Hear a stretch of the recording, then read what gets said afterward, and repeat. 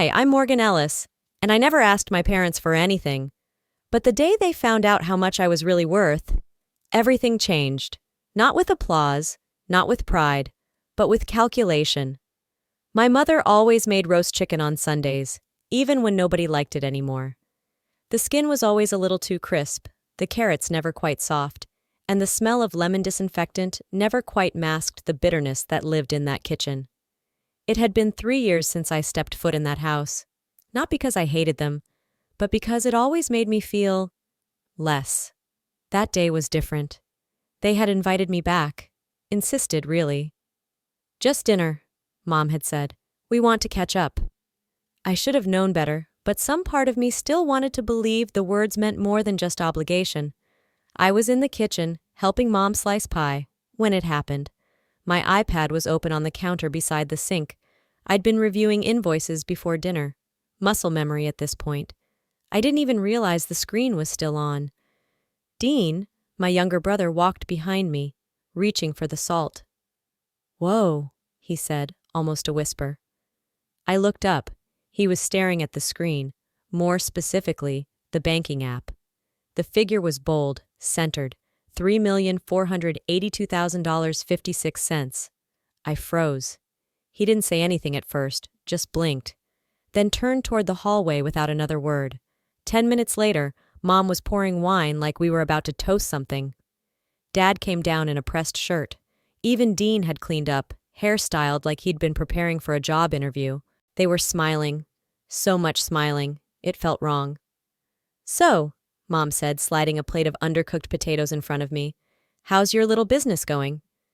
"Doing okay," I said, keeping my voice light. "Okay?" Dad chuckled. "Morgan, you've got a multi-million-dollar business, right? You don't have to play it down with us." Dean grinned like we shared an inside joke. "That's what I told them. She's loaded." I glanced at him, eyebrows raised. "You told them?" "Come on," he said. "I didn't think it was a secret." It wasn't a secret, but it also wasn't for them to know. "Oh, honey," Mom said, reaching across the table and patting my hand. Her rings clicked against the glass. "We're so proud of you. Really, it's just—" She looked at Dad, who nodded like they were reading a script. "We were thinking, now that you're in such a good place, you could help us a little. You know, with the house." Dad added, "Just a small renovation. Open up the kitchen, maybe add a second floor. Dean's been wanting to build a home gym." I pulled my hand away. "You want me to pay for a gym?" "Well," Dean shrugged, "we figured, we're family." Mom chimed in again, her voice too sweet, too careful. "It's not like we're asking for much, just some support, now that you're doing so well." I let the silence hang. "You mean now that you finally know I'm doing well?" Mom blinked. "You never called when I launched my business, never asked how it was going, never visited the office." "We didn't want to interfere," she said, trying to smile. "You didn't want to be involved," I corrected. "And that was fine, but now you are. Why?" Dean leaned forward. "Because we're your family." I looked at him. Really looked. The same kid who once said I was wasting my time, making screens look pretty. The same kid who borrowed money from me twice in college and never paid it back. The same kid who, last Thanksgiving, asked if I was still doing that design thing. "I see," I said. Mom sighed, pulling her cardigan tighter around her shoulders. "Don't be dramatic, Morgan. We've always supported you." "No," I said quietly. "You tolerated me." Dad set down his fork. "So what? You're too good for us now?" I laughed once, short and hollow. "I was never good enough for you, until I had money." No one spoke. Outside, a dog barked in the distance. The heater kicked on, filling the room with dry warmth and the faint scent of burnt dust. I pushed my chair back. "Where are you going?" Mom asked.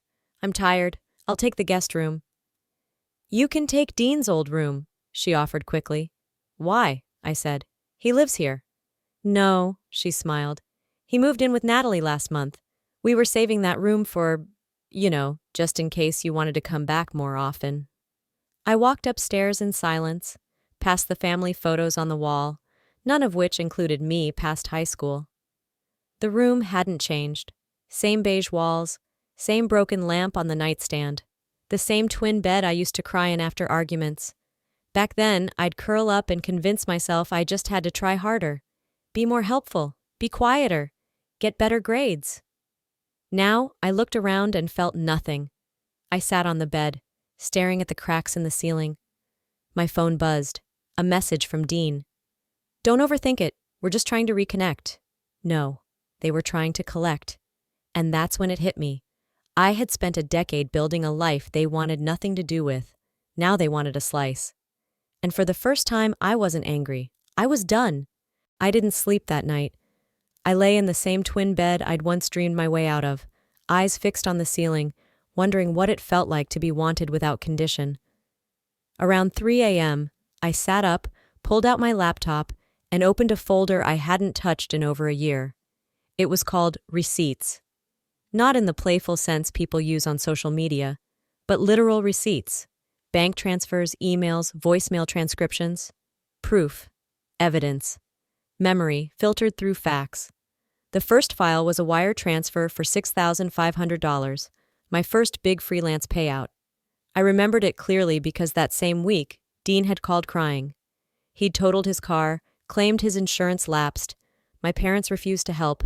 They said he had to learn the hard way. And then Mom called me 5 minutes later and said, "Can't you just help him out this once? You've always been the dependable one." So I did. I wired the money. He bought a used sedan and never mentioned it again. The next file was from 2 years later, when Dad was in the hospital with a minor stroke. I covered the copays, called his specialist, picked up his medication while on a client Zoom call. They never asked how I managed it. There were dozens more.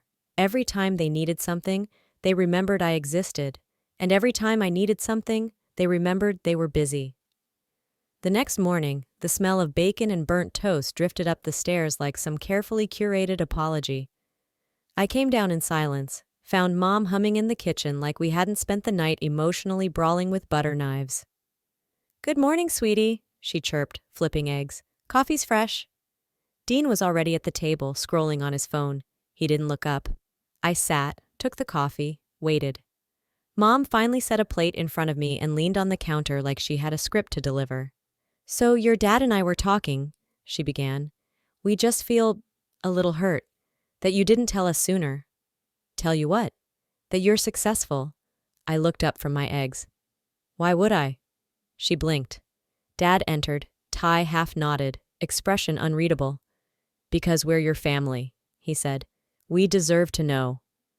"Deserve?" I repeated. Dean looked up then. "Well, it's not like we ever asked you for anything," he laughed. "Until now." I wanted to laugh too, or scream, or throw something, but I just set down my fork. "You don't get to claim pride in something you refuse to support," Dad bristled. "That's not fair." "No," I said. "What's not fair is you telling me I was wasting time on design, that I should have gotten a real degree, that I was selfish for not moving back home when you needed help with the mortgage." Mom waved her hand.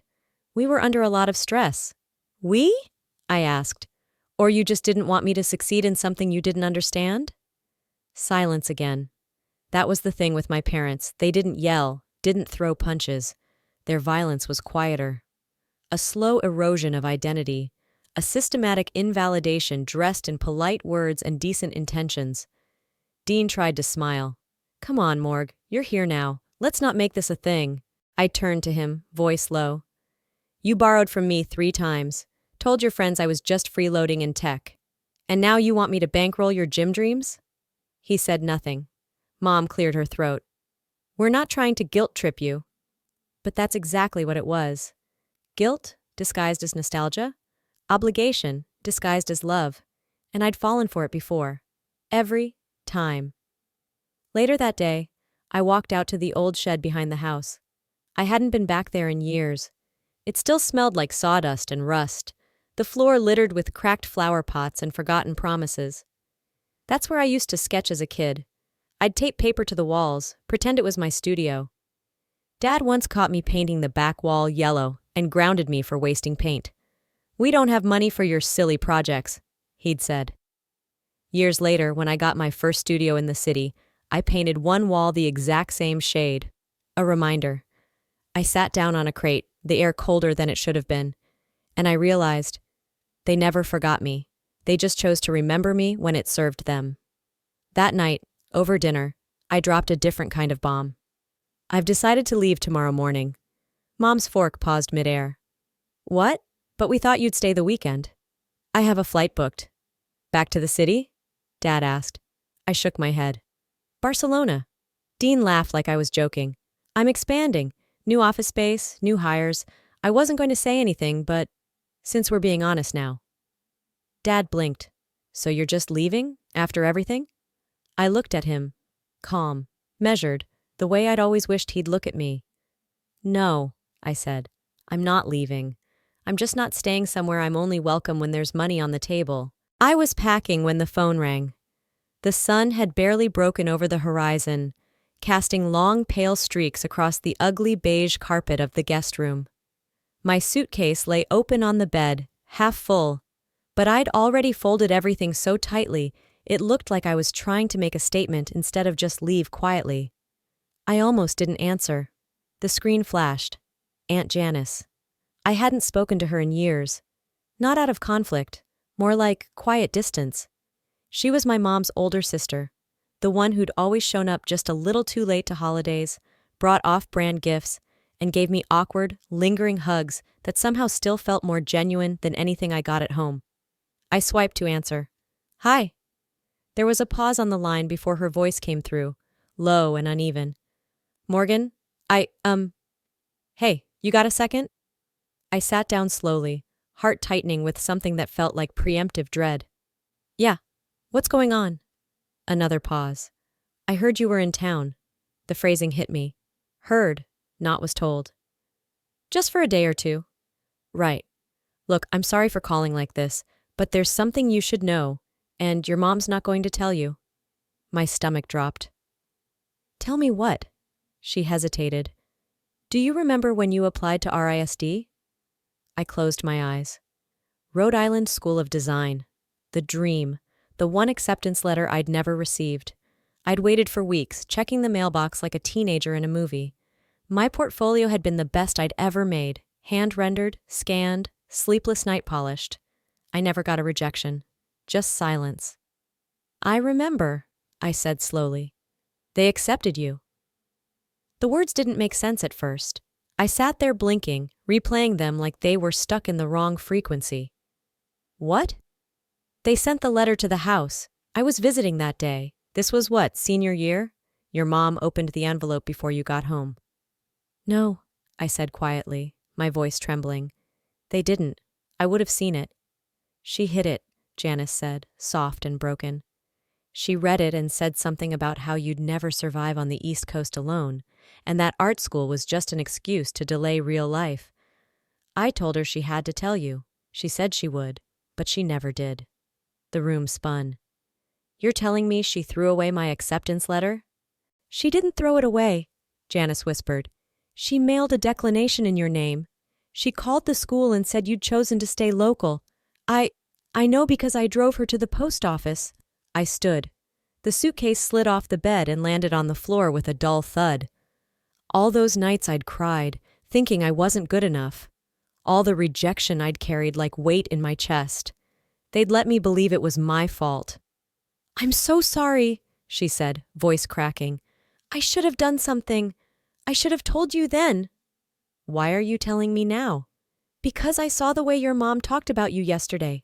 She didn't mention your company, just said you'd done all right, said you might finally be in a place to help the family. And I realized, they still don't see you. I didn't respond. I couldn't. My hands were shaking, not with rage, but with clarity, a violent kind of knowing. All this time, I'd thought they didn't believe in me, but it wasn't just that. They actively worked against me. I whispered, thanks for calling, and hung up. Downstairs, the clatter of dishes and soft hum of casual betrayal floated from the kitchen. I walked in calmly, sat down, let them finish their toast and small talk. Mom looked up. You're up early, honey. Want eggs? I met her gaze. Did you open my acceptance letter from RISD? She froze. Dad looked between us. What's RISD? Don't, I said sharply, eyes still on her. Did you throw it out, or did you lie to them directly? Her jaw tensed, lips parting as if to deflect. "You weren't ready," she said finally. "You were so fragile back then, and it was so far away. You would have hated it." "You mean you would have hated it?" I snapped. "I did what was best for you." "No, you did what was convenient for you, because if I left, I wouldn't come back, and you'd lose control." Dad slammed his mug on the table. "Don't talk to your mother like that." I turned to him, cold. "She lied to me. She stole something from me. Are you okay with that?" His silence told me everything. "I cried for weeks," I said, voice cracking against my will. "I thought I wasn't good enough. I blamed myself. And all this time, I didn't know my own mother chose to keep me small." "I kept you safe," she hissed. "No, you kept me useful." The room fell silent. "I'm leaving," I said, standing, "and I'm not coming back." Mom's face paled. "Morgan, wait. I'm not doing this anymore," I said. "I'm not funding your renovations. I'm not helping Dean's startup. I'm not sitting at your table like I'm lucky to be here." Dean stood up. "Jesus, Morgan. This is all over one school?" I faced him. "It's not about school. It's about every single time you were given space to grow, while I was told to shrink." He scoffed, but I saw it. His eyes flicked to Mom. He knew. I didn't pack the rest of my suitcase. I didn't say goodbye. I walked out. Not just from the house. From the narrative they wrote for me. And for the first time in my life, I wasn't running. I was reclaiming. New York smelled different after betrayal. It wasn't the trash-lined streets or the sharp edge of espresso and ambition on every corner. It was internal now. Like the air around me had absorbed a truth I couldn't unlearn. I stepped into my loft with my carry-on still in hand and didn't even bother to turn on the lights. The silence wrapped around me like a coat I'd forgotten I missed. I stood there in the entryway, looking at the space I'd built, with nothing but nerve and late nights. Floor-to-ceiling glass, concrete walls, custom shelves I installed myself when no one believed I could use a drill. Every inch was mine. No one had handed me anything. No shortcuts, no bailouts. Just grit, coffee, and the quiet decision to keep going when it would have been easier to quit. I dropped my bag by the door and checked my email out of habit.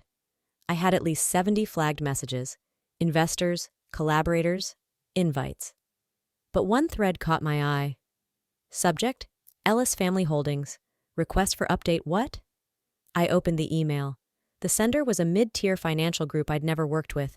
Inside was a casual, just following up message regarding the status of Morgan Ellis's pledged assets for collateral on the Ellis Home Property Expansion Loan. I froze. Pledged assets? I read it again, then again. I hadn't signed anything. I hadn't even agreed to a phone call. I hadn't said yes to a single dollar going toward their house or their dream kitchen, or Dean's fantasy gym with a smoothie bar. I scrolled further. Attached was a scanned document, a commitment letter.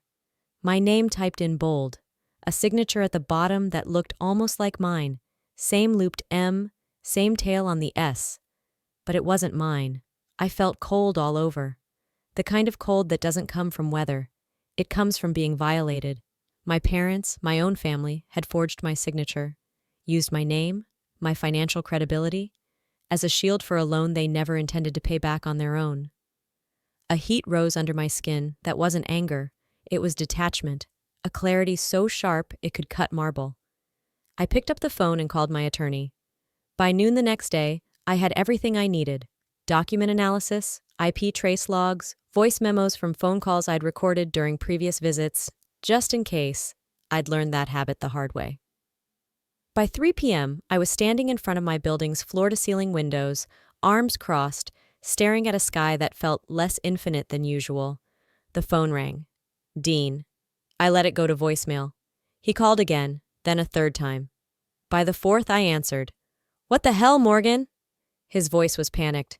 "I just got a call from the bank. Why would you block the loan? You said you'd think about it." "I never said yes," I replied, calm and level.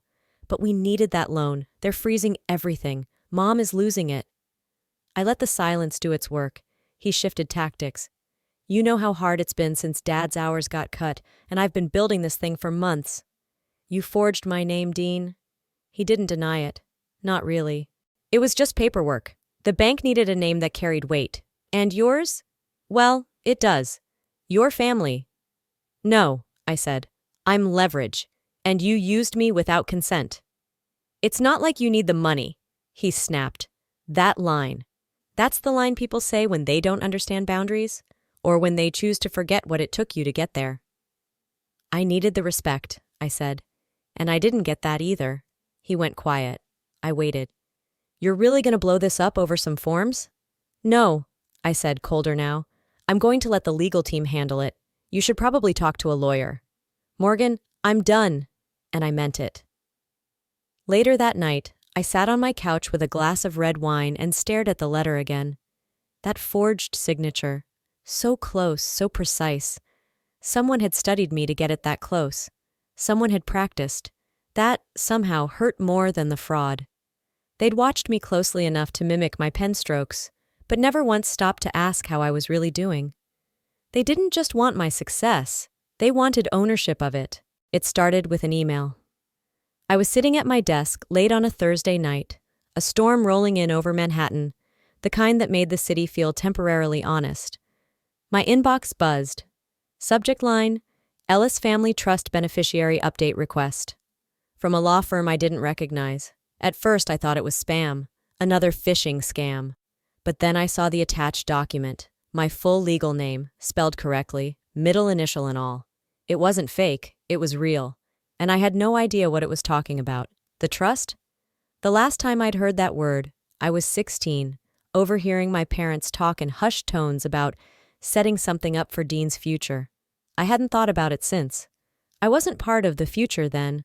I was the background noise in someone else's main event. I opened the file. It was a request for confirmation. Apparently, a reallocation of assets had been submitted by Diane and Robert Ellis, moving all remaining family funds, including a small inherited property in Vermont, into Dean's name.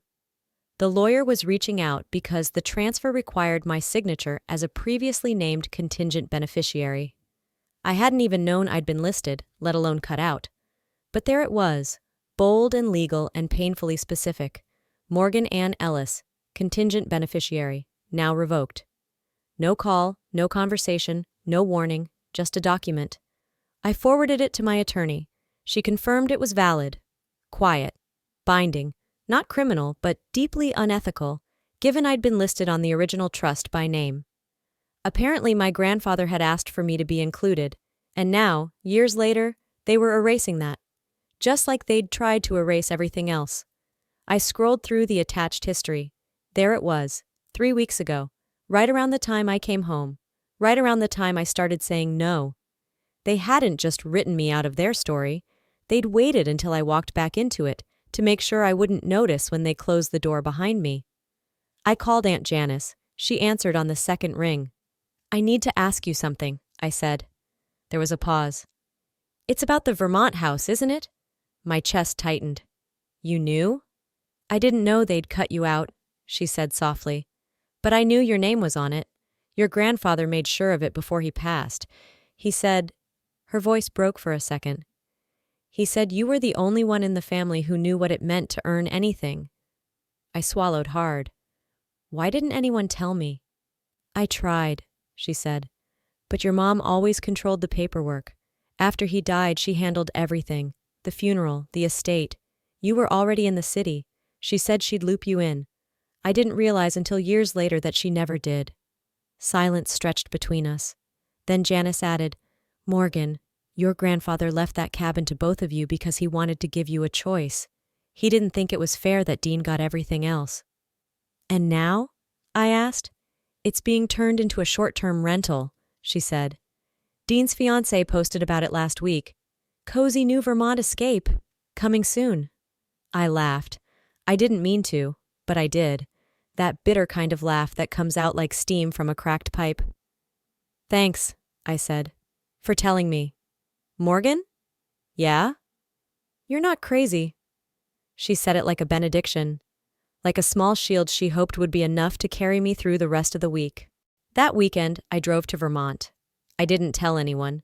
I didn't ask permission. I just packed a bag, filled the tank, and took the drive alone. Past forests that smelled like pine and wet bark. Past towns where no one knew my name. It was quiet in a way the city never is. That kind of quiet that makes you hear your own thoughts too clearly. The house was smaller than I remembered. I'd only been there once as a kid. But the porch still creaked the same way, and the wind still cut across the hill behind it like a whisper. There was a lockbox on the door. Digital. A sign of what was coming. I took a photo. Not for evidence. For memory. I didn't go inside. Instead, I sat on the porch and pulled out my notebook, the one I hadn't used in months, the one I only brought out when something in me needed to breathe. I started writing. Not a letter, not a lawsuit, a list of every time they'd taken something without asking. Every time they'd asked me to be smaller so Dean could shine brighter. Every time they used the word family as a net to catch me with. When I finished, I tore out the page, folded it, and slipped it into the mail slot. I didn't sign it. I didn't need to. They'd know. It wasn't revenge. Not really. It was something colder, more surgical. It was clarity. Pressed into paper, sealed in ivory linen, and dropped in a mailbox without a single breath of hesitation. I mailed it on a Tuesday. Not with a dramatic flourish, no confrontation, no message scribbled on the flap. Just a quiet delivery of truth, sent to the people who had spent their lives rewriting mine. Inside the envelope were 5 things. First, a notarized cease and desist, addressed to my parents and Dean, detailing the forged signature on the loan, the unauthorized use of my name, and a warning that any further impersonation or fraudulent activity would be prosecuted. The tone was legal, detached, but undeniably final. Second, copies of bank transfers, each labeled, dated, and highlighted. The money I'd sent for Dad's hospital stay. The emergency fund I wired when Dean called me crying. The quiet little Venmos for groceries, car repairs, utilities I was told, "We'll pay you back when things settle down." They never did.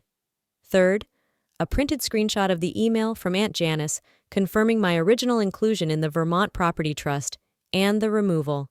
I circled the date they filed it, 3 days after I'd refused to help with the family home expansion.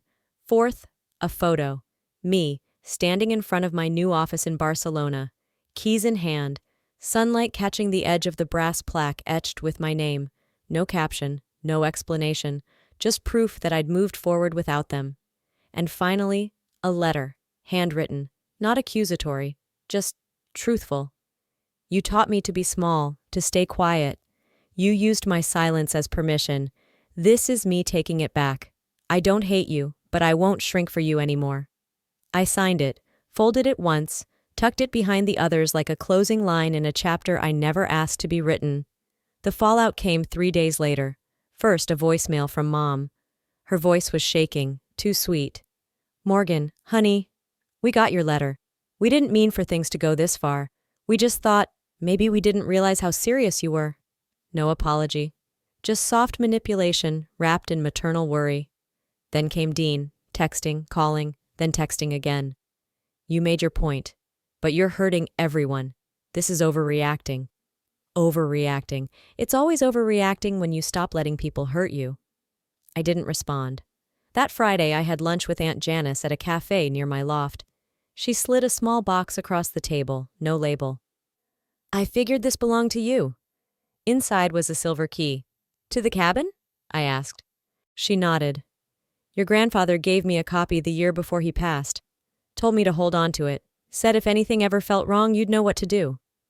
I sat with that key in my palm for a long time, feeling the weight of everything it symbolized. Access, autonomy, a link to someone who had believed in me when the rest of the family treated me like a utility. Janice watched me carefully. "You did the right thing. I didn't even do anything that dramatic." "You didn't need to," she said. "Truth speaks louder than volume." I looked out the window. Across the street, 2 kids were laughing over a spilled drink. Free, untethered, light in ways I hadn't felt in years. "I'm tired of earning love like it's rent," I said quietly. Janice nodded. "So stop paying it." That night, I opened a new tab on my laptop and launched a small scholarship fund, the AE Grant, named after my grandfather, Arthur Ellis, for young artists and designers from underfunded schools. No essays, no interviews, just a portfolio, reviewed anonymously by a panel of creators I trusted. The first donation came from me. The second came from one of my mentors. By the end of the week, the fund was real. And for the first time, my success wasn't being siphoned, it was spreading. Not for people who demanded it, but for those who never expected a handout, only a chance. The call came at dusk. I was packing for Barcelona, folding a soft sweater into my carry-on, when my phone lit up. Mom. Again. This time I answered. Her voice was smaller than I remembered. Hi, sweetheart. I didn't respond. She exhaled like she'd been holding her breath since I left. I got your letter. Everything you sent. Her voice cracked. Some of it hurt to read. It wasn't meant to comfort, I said. I know. A long pause. But I still needed to read it. I waited. I just wanted you to know. I didn't think you'd walk away. That's the difference between us, I said. You thought I'd stay no matter what. A beat passed. Then she whispered, Is there any way back from this? I looked out my window. The city lights were flickering on, one by one, like tiny promises being kept. No, I said. Not to the version where I keep shrinking so you can stay comfortable. Morgan, I don't hate you, I interrupted, but I'm done performing for a place at a table that was never set for me. She didn't cry. That surprised me. Instead, she said, Okay. Not agreement, not understanding, just surrender. Take care of yourself, I added. You too. I hung up. At the airport, I passed a newsstand and spotted a magazine I'd once dreamed of being featured in. I didn't stop. I didn't need it anymore. My name was already somewhere better. On a plaque in Spain, on a scholarship application, in the mouths of people who didn't know me, but respected me. People who would never ask, Why didn't you tell us sooner? But instead, What can we learn from what you've built? As I boarded, I turned off my phone. No last-minute texts, no goodbyes, because sometimes the most powerful closure isn't a door slammed, it's a door you never look back at. I used to believe that being good, being quiet, being useful would eventually earn me love. But I've learned. Sometimes the most powerful thing you can do is walk away from a place that only values you when you're convenient. You don't owe anyone your silence just because they share your blood. If this story made you feel something, anger, recognition, maybe even a quiet kind of strength, don't let it sit there. What would you have done in my shoes? Have you ever been expected to shrink so others could shine? Drop a comment, tell me your story, or just let me know where you're watching from. And hey, if this video reached your heart, subscribe to the channel. I've got more stories that just might speak to yours.